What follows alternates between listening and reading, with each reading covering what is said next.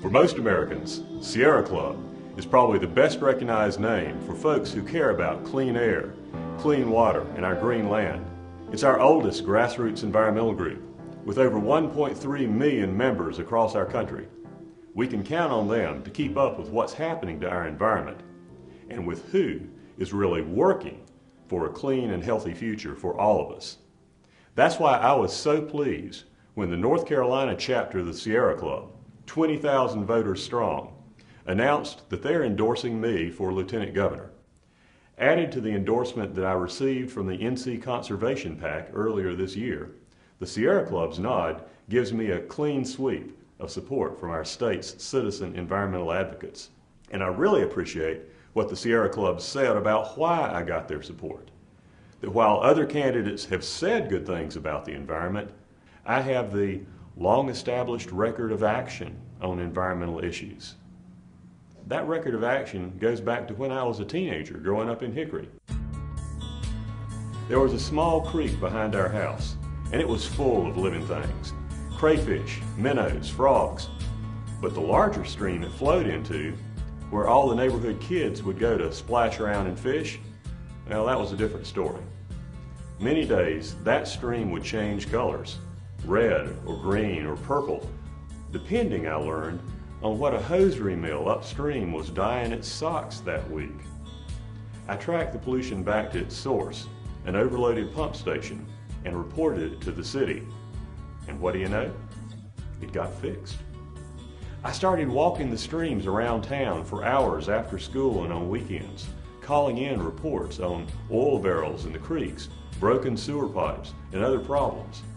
I found out who to call to get them taken care of. And I learned a lesson then that stuck with me all my life. The things and people that we care about can't always take care of themselves. But if we act for them, we can make a difference. And that's when I decided to go to law school, to equip myself with the tools that it would take to support this land and the people who care for it.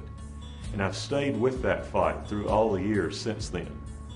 I've fought to clean up the dirty air that kills forests on our mountaintops and people in our towns. I've worked to clean up our broad coastal rivers and sounds and our swift mountain streams. I've stood with other friends of our coast to protect our beaches and fishing waters from unwise development. I've helped lead successful efforts to conserve our parks and wild places. During that time, I've worked as an attorney with citizen conservation groups and as a governor-appointed member of state policy-making boards. Today, I'm working as an elected local official and regional leader, dealing with stormwater runoff, tree loss, urban smog, and all the other challenges of growth in our booming urban regions. And I'm working with leaders across our nation to pull the emergency brakes on the runaway train of global climate change. And I'm not about to stop now. The office of Lieutenant Governor is the next step in continuing this mission. I'm passionate about responsible stewardship of our environment, our clean air, clean water, and green and productive land, and our people's health. They're gifts that we hold in trust for our children and their children and all future generations.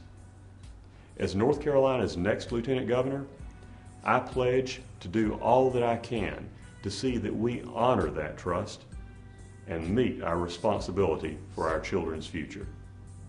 I'm Dan Besse, Democrat for Lieutenant Governor. Thank you very much for your time.